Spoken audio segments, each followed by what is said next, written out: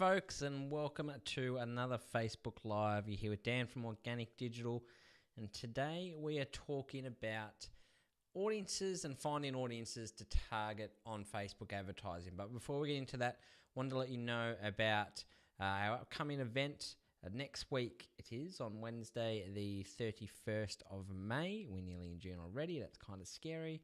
But it is at Sprout 184 in Fairfield. So if you're in Melbourne, it's up in beautiful Fairfield, and we will be discussing topics similar to this. It will be a general session on Facebook marketing, Facebook advertising, and we'll definitely be going into Facebook Live as well.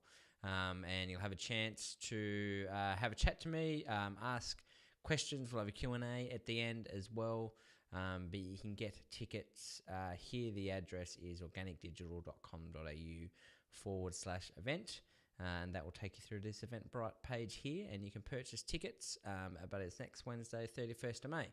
But let's get into the real main part of today's Facebook Live. And I wanted to talk about the process that I go through to find audiences that we could target with a new campaign, or when we're working with a client, we think about a process or what audiences are available to be able to target, because some businesses obviously haven't been using Facebook ads for a while, and other businesses have been around for longer than others, and they have different types of data. So we kind of work in a bit of a funnel, and at the end of the day, what we're trying to obviously do is push people down to the purchasing level, but we actually want to get as many people as we can into this middle part here, because ideally what a perfect Facebook advertising campaign for us is one where we can consistently market to these people in here who have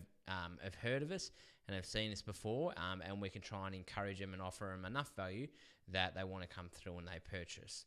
But I'll quickly go through these levels, and then I'll overlay it with, I guess, the Facebook terminology and where we would find each of these different types of data. So I'm going to obviously start from the bottom up, from the most important. So as far as people that I would want to retarget or to target, people who have purchased from you are often the best people to target, believe it or not, and trying to get them to come back and be repeat purchases, particularly if you're in a business like an e-commerce business or a business where you sell products that go in a cyclical type nature. Then people that have purchased from you or being able to upgrade them to other products is a fantastic way to be able to do that, because they're clearly invested enough and realize what you have to say is quite valuable, and they've purchased from you before. So purchases are where we always start. Now, obviously, some businesses are starting from scratch, so they don't have a list of purchases. So we then go up to the next level, where we would start with email subscribers. So what you can actually do is you can upload your email list, and we'll go into those data audiences in a second. But they clearly want to hear from you, and they have an interest in what you have to say, because they've given over their details for you to give you permission to be able to market to them. So they're probably the next level above the purchases. And this other little section also includes website visitors. So we look at the people that have hit the website before. We'd see how many people in general have hit the overall website, but also have hit specific pages, people that have visited the most often. You can actually target people who have visited more than once, or have just visited it all. So there's a whole heap of different combinations using website custom audiences, which will be that term I'll overlay in a second. And then above that are people that might not have gone through to your website yet, or might not have checked out your product or landing page or whatever it is, but they follow you, whether on social media, whether it be on Facebook or Instagram, for instance, but they know who you are. So I guess it's that level above going and checking out what you have to say, that they've just kind of, they've dipped in at the moment, and they've allowed you to show them whatever it is that you show them on their news feeds across social media. And then obviously above that is this large pool of people that don't know you, but of course they should. So we want to get people within that large funnel, and then move them down through these purchases. So what I now want to do is overlay, I guess, the Facebook terminology to how it relates to each of these audience groups. So I'll actually start from the top and work my way back down again. So the people who don't know you, so cold audiences, you can target them through interests, which look, they're really targeted on Facebook, and there are hundreds and thousands of different interests and behaviors that you can target among Facebook. Some that are more accurate than others, but interests, yes, is a good place to start, I guess, if you don't have any of this other data. But really what you want to do is you want to try and get data out of them so you can push them down into some of these other audiences here. Another way that you can actually target these people is by, if you do have an existing audience, like a data custom audiences or a website custom audience or a page engagement custom audience, what you can do is you can create lookalike audiences that basically look at that data set, look at the personality traits, the behavior traits of those users, and then according to what country you want to target, they'll go and find a user base that are as like them as possible, and you can target up to 10% of an overall country's users. But of course, they aren't people that have heard of you before. It'll actually exclude whatever is the main audience that you've built that lookalike from. So to have more accurate lookalike audiences, you want to try and have as much data out of these base audiences as possible, because they basically provide a building block. So the more people you've got in them, the more data that Facebook has to tap into, and the more accurate they'll be. And so the next step, once they've engaged with you, and it might have just been someone that's liked your page before. So you can target someone, or you can target your existing page likes. You can start with that if you don't have any of these other audiences. Some of these other audiences are fantastic, and they're becoming more and more popular, and we're using them more often. And this next one is actually one that we've been using quite often, because we've been starting either businesses from scratch or people that haven't done any Facebook advertising before. So they don't have any of these existing custom audiences set up. And video views, because video is so popular on Facebook at the moment, that Facebook will actually target people that have watched 3 seconds, the levels 3 seconds, 10 seconds, 25%, 50%, 75%, or 95% of a video. So why that matters is you can send a video out to quite a lot of people, obviously, because Facebook love videos at the moment, and they're giving them preference over any other format at the moment. And what you can actually do is retarget people that are clearly interested in what you have to say, and that basically means that someone that's only watched 3 seconds or 10 seconds of your video isn't as interested as someone that's gone through and watched 50% of your video. So you can start really broad, and you could use some of those interests and lookalike audiences, then put a video in front of them, and then basically the people that have watched to that certain threshold of the length of video that you dictate, you could then retarget them, and they're now in their own audience, where you can then try to push them through to, again, further down the funnel and closer to the purchasing point. And then the next one after video views, because video views audiences are great, and they really don't have to do much, and that's why they work really well and they get populated pretty quickly, because really all they have to do is stop and watch some of your video and what you have to say. But if you want them to take another step, page engagement audiences are great, where basically you can target anyone that's engaged with your Facebook page, and that can be whether they've commented, liked, shared, clicked on the link, clicked to see more, perform basically any behavior on any of your posts, any of your advertisements as well. And they're clearly interested in what you have to say. And I guess it's that next little step after a video, because they've actually taken action from that post and what you have to say. So again, it's just that little bit further down the funnel, and you can drive these people into video views and then into a page engagement audience. And then the one before that, before you get into the purchasing, is going back to the email subscribers. What you can actually do is you can grab your subscriber list, and you can grab actually any contact list for that matter. It doesn't need to be just emails, and you can actually upload that to Facebook, And what Facebook will do is you can tell it which data points to look at. So there's up to 15 now, and you can do them all simultaneously. So if you have a list of people with their name, email, phone number, city, you can basically upload it in a CSV file.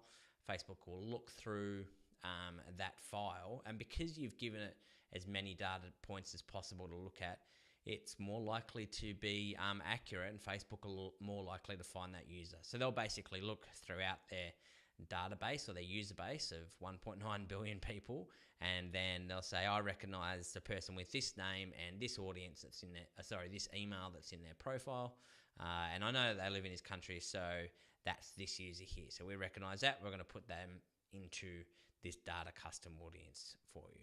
So if you have, an email list of 1,000 people, and it's pretty accurate and it's pretty detailed, and then you've got a pretty good chance that you're going to get a good hit rate on those custom audiences there. So data custom audiences are really accurate. Are really effective because, again, they've given you permission to be able to contact them, and they've given you their data, and now that Facebook allows you to do that.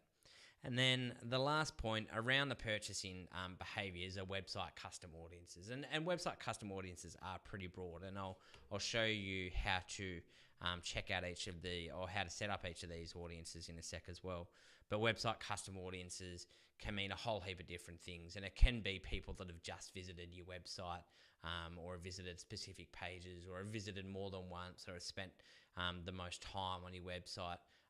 But website custom audiences, because it's all tracked by the Facebook pixel, can actually track them through the whole purchasing behavior. So from the point that they look at a product to if they're purchasing it online, when they add it to their cart, when they add their payment details, to when they get to that confirmation page. And that doesn't necessarily mean online purchases as well. It could be also signing up for a program, so you can actually set conversions based on URLs. So if they get through to a thank you page to say that they've signed up for XYZ program, or maybe they've opted in for a free download, these become your purchasers or your customers, and your much more engaged audience, and they're all tracked through these website custom audiences.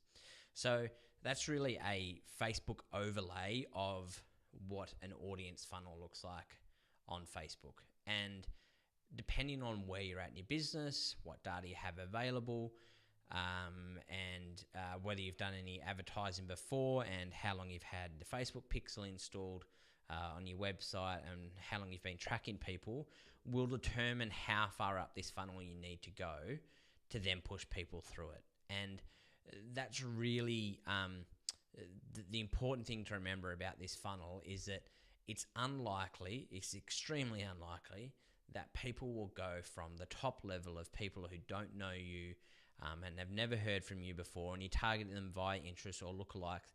It's likely that they're going to skip this middle level, unlikely they're going to skip this middle level here and come down to that purchasing level straight away.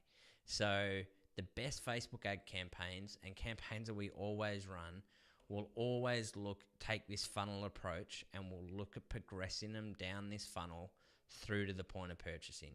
And the whole Facebook strategy is basically underpinned by this funnel, and it's always targeted at pushing people from one behavior to the next and pushing them along. Call it a sales funnel, a customer journey, call it what you will, but basically you're showing the right ads to them at the right time and getting them to perform that behavior that you want, so you can build that relationship with them and get them to the point where they're ready to purchase. But they need to go through this funnel. People will not go from one step to the other. So with that in mind, I just want to quickly show where you can see each of these audiences within your Facebook Ads Manager. So it's under the asset library, and then called audiences, and then when you come in here, you go to create an audience, and then again, these are the different terminology basically depending over here. So interest and lookalike audiences. So interest you can target within Facebook Ads Manager or Power Editor or whatever you use. They aren't actually in these custom audiences. Lookalikes are basically when you set up these custom audiences, you then tell Facebook what a percentage of an overall country's user base that you want to target. So you've got to go through and set these up first before you can actually create a lookalike.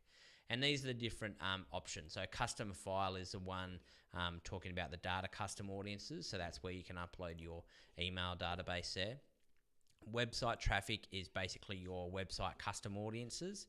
So that's where you can track all of the purchases, people who visit your website, people that have spent the most time on your website, people who haven't visited in a certain amount of time that you want to try and bring back to your website as well.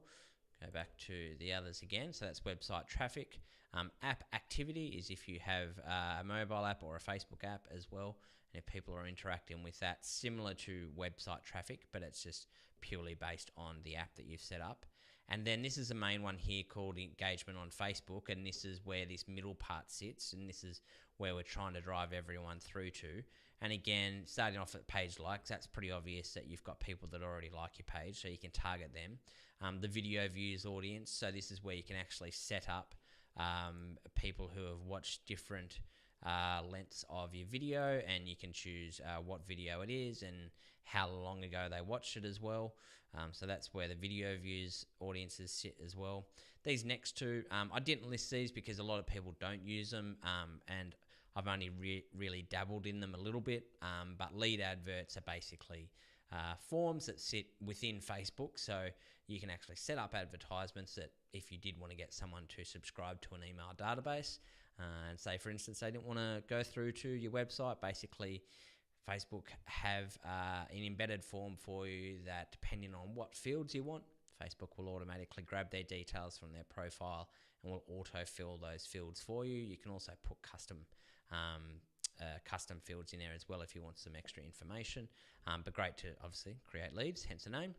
Canvas ads, again, are similar to a mobile site, but basically you retarget Canvas ads and lead adverts.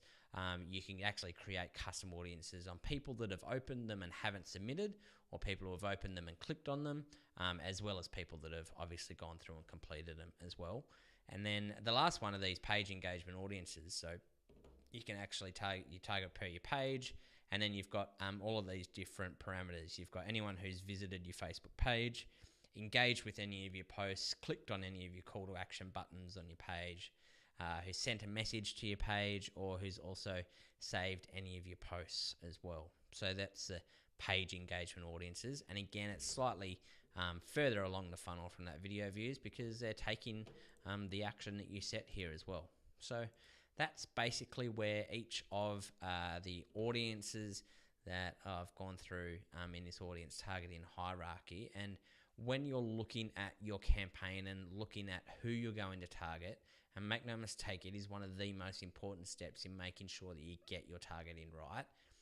Have a look at this funnel and have a look starting from the bottom up at who you can start with and what data you can tap into to be able to show these advertisements to.